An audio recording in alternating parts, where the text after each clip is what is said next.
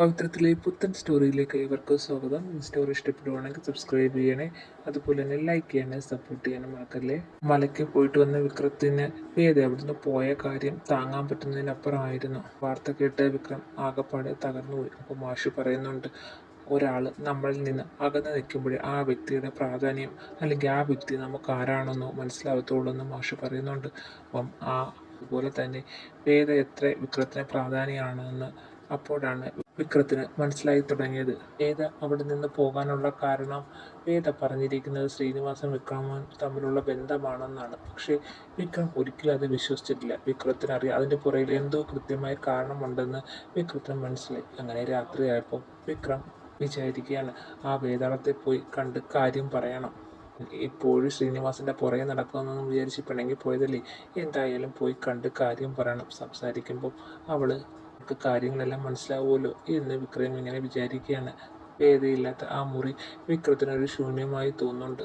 ആയാലും നാളെ തന്നെ വേദയെ കാണാൻ പോകണമെന്ന് വിക്രം തീരുമാനിക്കുകയാണ്. അങ്ങനെ വേദയെ കാണാൻ രാവിലെ തന്നെ വിക്രം പോകുന്നുണ്ട്. അവിടെ ചെല്ലുമ്പോൾ ബെല്ലടിക്കുന്നുണ്ട്. ബെല്ലടിക്കുമ്പോൾ വേദ തന്നെയാണ് വന്ന് ഡോറ് തുറക്കുന്നത്. വേദയെ കാണുമ്പോഴത്തേക്ക് വിക്രം ഇങ്ങനെ സന്തോഷത്തോടെ ചിരിക്കുന്നുണ്ട്. പക്ഷേ വേദ ആണെങ്കിൽ വിക്രത്തെ കണ്ട് ഒന്ന് ഞെട്ടുന്നുണ്ട്. ഒരിക്കലും വിക്രം തന്നെ തിരക്കി അവിടെ വരുമെന്ന് വേദ ഒട്ടും പ്രതീക്ഷിച്ചില്ല.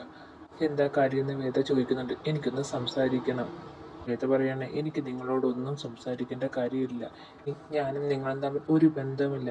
എത്ര കാലമുണ്ട് നിങ്ങൾ നന്നാവുമെന്ന് പ്രതീക്ഷയോടെ ഞാൻ കാത്തിരുന്നു. പക്ഷേ നിങ്ങൾ നന്നാവത്തില്ലെന്ന് നിങ്ങൾ തന്നെ തീരുമാനിച്ചിരിക്കുകയാണ്. പിന്നെ ഞാൻ നിങ്ങൾ നന്നാവുമെന്നുള്ള പ്രതീക്ഷയോടെ ഇനി അവിടെ കാത്തിരുന്നിട്ട് ഒരു കാര്യമില്ല. അതുകൊണ്ട് തന്നെയാണ് ഞാൻ എല്ലാം ഉപേക്ഷിച്ചു അവിടുന്ന് പോകുന്നതെന്ന് വേദ പറയുകയാണ്. ഞാൻ പറയാൻ വന്ന കാര്യം പറഞ്ഞില്ല എന്ന് വേദയോട് വിക്രം പറയാണ്. നിങ്ങൾ പറയുന്നൊന്നും എനിക്ക് കേൾക്കാൻ താല്പര്യമില്ല. നിങ്ങൾ ഇത്രയും നാൾ പറഞ്ഞതൊക്കെ മതി എന്ന് വേദ പറയാണ്. വിക്രം പറയാനൊരുങ്ങുമ്പോൾ വേദയാണെങ്കിൽ കൈകൊണ്ട് കാണിച്ചിട്ട് പറയാണ്, നിർത്ത്, എനിക്കൊന്നും കേൾക്കണ്ട, നിങ്ങൾ ഇവിടുന്ന് പോയി തന്നാൽ മതി, എനിക്ക് ഇവരോട് സംസാരിക്കാൻ താല്പര്യമില്ലെന്ന് വേദ പറയുകയാണ്. ഇത് കേൾക്കുമ്പോഴത്തേക്ക് വിക്രത്തിന് നന്നായിട്ട് വിഷമം വരുന്നുണ്ട്. ശ്രീനിവാസനുമായിട്ടുള്ള എല്ലാ ബന്ധവും വിട്ടുപിരിഞ്ഞെന്നുള്ള കാര്യം പറയാൻ വേദ സമ്മതിക്കുന്നില്ല. എനിക്കിനി നിങ്ങളെ കാണണ്ട, നിങ്ങൾ ഇവിടെ നിന്ന് പോയി തരാമോ എന്നും പറഞ്ഞുകൊണ്ട് വേദയാണെങ്കിൽ വീട്ടിനകത്തോട്ട് കയറി വിക്രത്തിൻ്റെ മുന്നിൽ വെച്ച് ഡോർ അടയ്ക്കുന്നുണ്ട്. അത് കാണുമ്പോഴത്തേക്ക് വിക്രം ഭയങ്കരമായിട്ട് തകർന്നു പോകുന്നുണ്ട്. കണ്ണുകളോടെ വിക്രം അവിടുന്ന് ഇറങ്ങുവാണ്.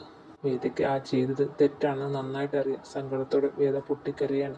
വിക്രം പോകുന്നത് വേദയ്ക്ക് അകത്ത് നിന്ന് കാണാമായിരുന്നു. അതുപോലെ സങ്കടത്തോടെയാണ് വിക്രം പോകുന്നതെന്ന് വേദയ്ക്ക് മനസ്സിലാവുകയും ചെയ്യുന്നുണ്ട്. വിക്രം പറയുന്നത് മനഃപൂർവ്വമാണ് കേൾക്കാതിരുന്നത്. കാരണം വിക്രം എന്തെങ്കിലും പറഞ്ഞു കഴിഞ്ഞാൽ തിരിച്ചൊന്നും പറയാൻ പറ്റിയില്ലെങ്കിൽ എന്ത് കാരണം പറയും അവിടുന്ന് പോരാനുള്ള. അവസാനം വിക്രത്തിൻ്റെ മുന്നിൽ സത്യങ്ങൾ പറയേണ്ടി വരും. അതൊരിക്കലും ആർക്കും നല്ലത് ചെയ്യത്തില്ലെന്ന് വേദയ്ക്ക് നന്നായിട്ട് അറിയാം. അതുകൊണ്ട് തന്നെ വേദ ഒന്നും മിണ്ടാതിരിക്കുകയാണ്. സങ്കടത്തോടെ വീട്ടിലെടുത്ത് വിക്രമാണെങ്കിൽ ഇവളുടെ അടുത്ത് വന്നിരിക്കുകയാണ്.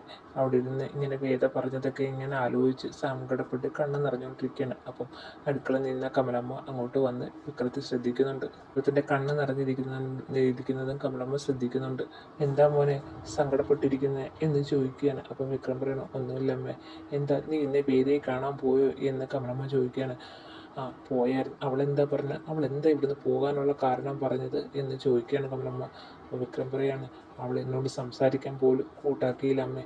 പറയുന്നത് പോലും അവൾ കേൾക്കാൻ നിന്നില്ല. എന്താ മോനെ ഈ പറയുന്നത്? അതേ അമ്മേ, ഞാൻ പറയുന്നത് പോലും അവൾ കേൾക്കാൻ നിന്നില്ല. അവൾ എന്നെ അടുത്ത് പറഞ്ഞ് എന്നെ കാണുന്നത് തന്നെ അവൾക്ക് ഇഷ്ടമല്ല. ഇവിടുന്ന് പൊക്കോളാനാണ് അവൾ എന്നോട് പറഞ്ഞതെന്നുള്ള കാര്യം വിക്രം കമലമ്മയുടെ അടുത്ത് പറയുകയാണ്. ഇത് പറയുമ്പോൾ വിക്രം അങ്ങനെ സങ്കടപ്പെട്ട് കരയുകയാണ്. കണ്ണീന്ന് കണ്ണീര് വരുന്നുണ്ട്. ഇത് കാണുമ്പോഴത്തേക്ക് കമലമ്മയ്ക്ക് ഭയങ്കര സങ്കടം വരുന്നുണ്ട്. അപ്പം കമലമ്മയാണെങ്കിൽ വിക്രത്തെ ചേർത്ത് പിടിക്കുകയാണ്. നീ എന്തിനാണ് സങ്കടപ്പെടുന്നത്? അവൾ നിന്നെ ഒരിക്കലും വിട്ടു പോകത്തില്ല. അവൾ എവിടെ പോകാനാ? ഇപ്പോൾ എന്തോ ഒരു ബുദ്ധിമോശം കൊണ്ട് ആ കുട്ടി ഇറങ്ങിപ്പോയതാ. അങ്ങനെ മോനെ വിട്ട് അവൾ പോകത്തില്ല എന്നും പറഞ്ഞ് വിക്രത്തെ ആശ്വസിപ്പിക്കുകയാണ് കമലമ്മ. വിക്രം പറയാണ്, അമ്മയ്ക്ക് വേദയെ കൂടുതൽ അറിഞ്ഞുകൂടാത്തോണ്ട് വേദ ഒരു തീരുമാനമെടുത്തതാ. പിന്നെ ശ്രീനി സാറ് ഞാൻ തമ്മിലുള്ള ബന്ധം കൊണ്ടല്ല അവൾ എന്നെ വിട്ടു പോയെന്ന് എനിക്ക് ഉറപ്പാണ്. ഇതിൻ്റെ പുറകിൽ എന്തോ കാരണമുണ്ട്. പക്ഷേ ആ കാരണം എന്തെന്ന് മാത്രം എനിക്കറിയത്തില്ല എന്ന് വിക്രം പറയാണ്. അപ്പോൾ കമലമ്മ പറയാണ്, നിനക്ക് വേദ ഇല്ലാതെ പറ്റുന്നില്ല ഇല്ലയോ? ഇത്രയും നാൾ അവൾ കൺമുന്നിൽ നിന്നപ്പോൾ നിനക്ക് അവളുടെ വില മനസ്സിലായില്ല. ഇപ്പോൾ അവൾ കുറച്ച് ദിവസത്തേക്കാണെങ്കിലും കുറച്ച് നേരത്തേക്കാണെങ്കിലും മാറി നിന്നപ്പോൾ നിനക്കതിന് സഹിക്കാൻ പറ്റുന്നില്ല എന്ന് ചോദിക്കുകയാണ് കമലമ്മ വിക്രത്തോട്. അപ്പം വിക്രമാണെങ്കിൽ സങ്കടപ്പെട്ട് നന്നായിട്ട് കരയുന്നുണ്ട്. അപ്പം കമലമ്മ ആശ്വസിപ്പിക്കുകയും ചെയ്യുന്നുണ്ട്. സമയത്താണെങ്കിൽ വേദയാണെങ്കിൽ ഭയങ്കര സങ്കടത്തോടെ കട്ടിലേക്ക് കിടന്ന് കരയാണ്. വിക്രത്തെ അവിടുന്ന് ഇറക്കി വിട്ടതിന് ഇത്രയും പരുഷമായി വിക്രത്തോട് സംസാരിച്ചതിനൊക്കെ വേദയ്ക്ക് ഭയങ്കര സങ്കടമുണ്ട്. ഇത്തരം കാര്യങ്ങളൊക്കെ അറിഞ്ഞാൽ എങ്ങനെ പ്രതികരിക്കുമെന്നോ അശ്വിനെ തട്ടിക്കൊണ്ടുപോയതിന് ശ്രീകാന്തിനോട് ക്ഷമിക്കത്തില്ലെന്നും വേദയ്ക്ക് നന്നായിട്ടറിയാം. അതുകൊണ്ട് തന്നെ വേദ ഒന്നും പറയാതെ വിക്രത്തിൽ നിന്ന് എല്ലാം ഒളിപ്പിക്കുകയും അത് വിക്രത്തിൽ നിന്ന് അകലാൻ ശ്രമിച്ചുകൊണ്ടേയിരിക്കുകയാണ് വേദ. ഇതൊക്കെ ഓർത്ത് വേദ ഭയങ്കര സങ്കടത്തോടെ കരയുകയാണ്. അങ്ങനെ മുറിയിൽ വന്ന വിക്രത്താണെങ്കിൽ വേദയെ തന്നെ കുറിച്ച് ആലോചിച്ചുകൊണ്ടിരിക്കുകയാണ്.